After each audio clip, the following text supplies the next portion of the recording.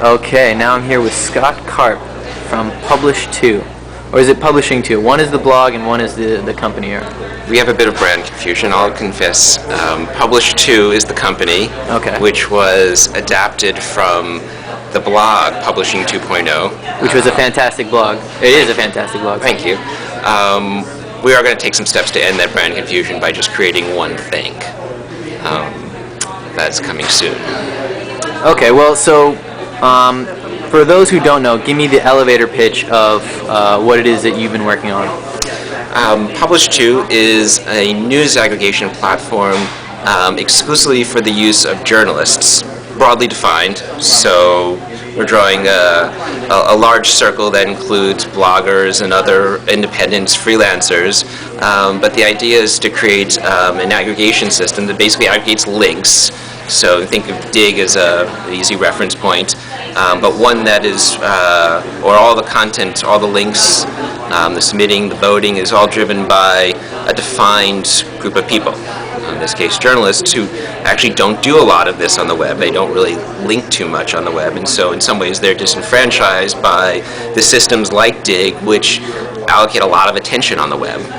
And we've also built it as a syndication platform so that individual journalists and news organizations could actually syndicate the value out of it. So a newsroom could actually use it to create a topical news aggregation with one or more journalists on their staff, or even bloggers within their community contributing links to an aggregation, and they can publish it on their site. So we are introducing the platform as something that people can immediately take value out of as we're trying to sort of aggregate the network and make the network more valuable for everybody who participates in it. Okay. That really wasn't an elevator speech, was it? No, it that's it hasn't lent itself very well to the two-sentence version, but I'm still working on it. No, it's good. I mean, and we've talked about this. I'm a big believer in linking as an editorial service, or yesterday it was referred to as aggregation is creation. Yeah, I mean, I couldn't have paid them to say that any better. I know, and you're one of the I think great evangelizers of that idea, and I think here's devil's advocate. Shoot. It's not really devil's advocate, but maybe it's more of a critique off the top of my head, which is that, to be honest, I think what you're working on is still too sort of far out there for journalists who don't really understand the power of linking in the web. How do you explain it to them, or are you afraid that maybe you are still 1 or 2 years ahead of your time? I think we have enough people who do get it in an early adopter group, where I find the way that people get it most easily is to actually see an example of it in action. So if we can get a small group of influential journalists and newsrooms using it, where you can point to other people and say, here's what this news site was able to accomplish, here's the editorial products they created, and people can look at that and say, oh, I see what they did, I get that, yeah, we'd like to do that, how do we do that? I think it is difficult to sell journalists typically on conceptual things, because they've got all kinds of conceptual things being thrown at them from all different corners of the emerging technology. So I think it's a matter of going after the low-hanging fruit of the journalists and the newsrooms who are forward-thinking, who do get it, who are looking for new things to try. I found that when I've talked to various editors about it, I expected them to say, okay, well, here's what we want to do with it. We want to do X, Y, and Z. But rather, they're saying, give us some ideas. What should we try? What do we do? And there's enough people out there, embracing new ideas that we've got some good running room. And then those serve as examples to pull, say, next category of people in who, are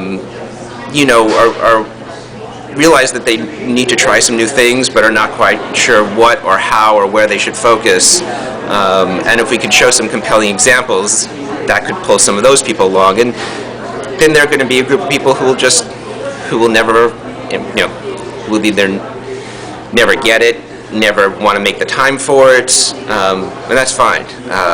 But I think it's one step at a time. And so we're here at Yahoo at the News Tools 2008, and it's been a day and a half, I believe. And has there been anything that has been particularly caught your eye or your attention related to what you're doing? Well, I was actually really struck yesterday when, I guess it's not surprising given the source from Yahoo News. I mean, they have been in the news aggregation business for a long time. But just the evangelism I heard from other people, because usually I'm in the one in the room advocating news aggregation as a meaningful editorial product, but to hear other people advocate it was very striking. And it was great to be here with the News Trust guys, because what they're doing. News Trust. I'll put my disclaimer. As much that is very complimentary with what we're doing. In fact, when I was listening to all the descriptions of a lot of the sessions last night, I realized that so many of them do interconnect and overlapped, and it wasn't like they were actually 10 discrete things. They were 10 sort of interlinking technologies that all connect together. Yeah. Last question. The interview I just did before this was Guy Kawasaki. Are you familiar with Alltop? Sure. I'm actually on, I think, like 3 or 4 of them. Well, I'm on one of them, so I still get a high five. I'm on one of them. I'm on the journalism Alltop. But so, tell me how your take on that in relation to, I guess, what you're doing with Publish 2. Well, I guess what we're doing is going down a level of just the raw feeds, of actually creating value on the individual selection of interesting items. So, like one point of comparison there, one example I bring up is like My Times, like what the New York Times did, showing what feeds their journalists subscribe to, which is in some ways similar to this, is sort of giving you feed recommendations and actually showing you what's there. I think that's interesting at one level. I think there's a greater level of value to be created. So I don't just want to know what feeds Tom Friedman's reads. I actually want to know what are the 5 things that Tom Friedman read in those feeds today that he would recommend, that he found interesting, that gave him an idea, and going down the level of sort of the fire hose of feeds down to the selection of individual items, which is what a site like Dig does. I mean, Dig has all these people who are reading all these feeds, and they're hand selecting specific items to recommend, and then other people vote those up. So you get a very refined filter. That chooses specific items for you rather than just recommends lots of feeds. Okay, this will really be the last question, but you brought up something. So what do you say to someone that says, well, Dig is already there, and we don't need any more digs? What do you say to that? I think Dig was massively groundbreaking in that it really proved the value that a networked filter could create of all these people bringing their filtering power onto one platform.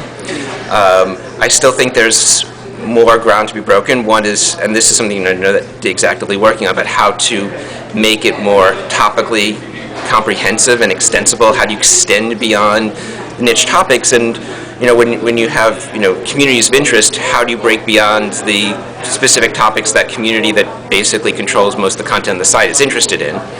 There's also the problem of gaming, and I think when you have an open system, you're going to invite people coming in to try to manipulate the system, and that's why I find very interesting our experiment in creating a defined, which is in some ways counterintuitive to the whole Web 2.0 ethos, which is supposed to be free and open. So we're taking two parts of it. One is seeing the value in a network that has a lot of liquidity in it. So we don't try to manage the network, but defining the inputs to that network, limiting the inputs to that network. In some ways where you could try to keep the gaming more under control. People are in our system under their real identity, which has an element of Facebook to it. So, a lot of the value of Facebook is you're connecting with real people. You're not connecting with anonymous, accounts. So I guess I would say and I would guess that Dig would say this too. There's still a lot of problems to be solved in how these aggregation systems work. Okay, and where can we find you again? Where can we find you or what you're doing? Publish2.com. And my blog is at publishing2.com. All right. Thank you very much, Scott Karp. Really freaking smart dude.